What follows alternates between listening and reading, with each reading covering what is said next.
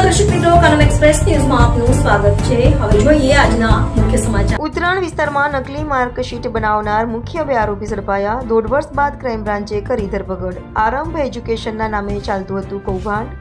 બોની વિનોદ દાડા અને વૈભવ અશ્વિન તાડાને ક્રાઇમ બ્રાન્ચની ટીમે ઝડપી પાડ્યા।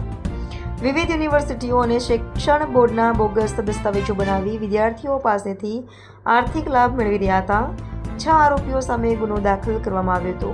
રિપોર્ટર સાગર સોલંકી, કાનમ એક્સપ્રેસ ન્યૂઝ, જંબુસર।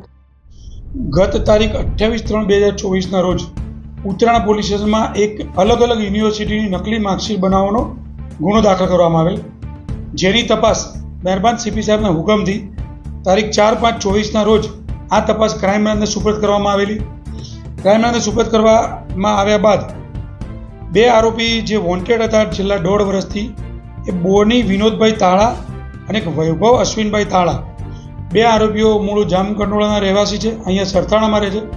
એ બંનેને અટક કરવામાં આવેલા છે અને નામદાર કોર્ટમાં રજૂ કરી સોમવાર સુધીના 15 સુધીના રિમાન્ડ મળેલ છે। આ બંને આરોપીઓ એમાં ભેગા મળી અને અગાઉ વિઝા સર્વિસ કન્સલ્ટન્સીનું કામ કરતા હતા અને એ પછી એ લોકો આ જે તે વખતનો કોન્ટેક્ટ થતાં એમને નકલી માર્કશીટ બનાવવાનું નક્કી કર્યું છે અને એ રીતે આ માર્કશીટ બનાવી અને અલગ અલગ પૈસામાં વેચતા હતા। જે મૂળ આરોપી છે એને પકડવાનું બાકી છે, એની તપાસ દિલ્હી, મુંબઈ તપાસ ચાલી રહી છે।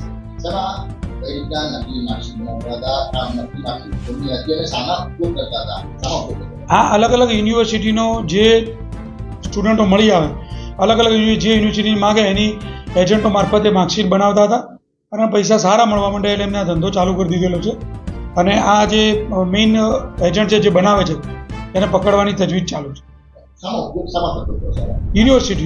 યુનિવર્સિટીમાં ઉપયોગ કરતા હતા। ના, આમાં યુનિવર્સિટીનો કોઈ રોલ નથી, પણ કૌભાંડ જે રીતે બહાર આવેલું છે કે નકલી માર્કશીટ હાથમાં આવતા પોલીસને બાતમી આધારે ગુનો દાખલ કરવામાં આવેલ છે અને અલગ અલગ યુનિવર્સિટીમાં ઉપયોગ કરવાનો પ્રયત્ન કર્યો।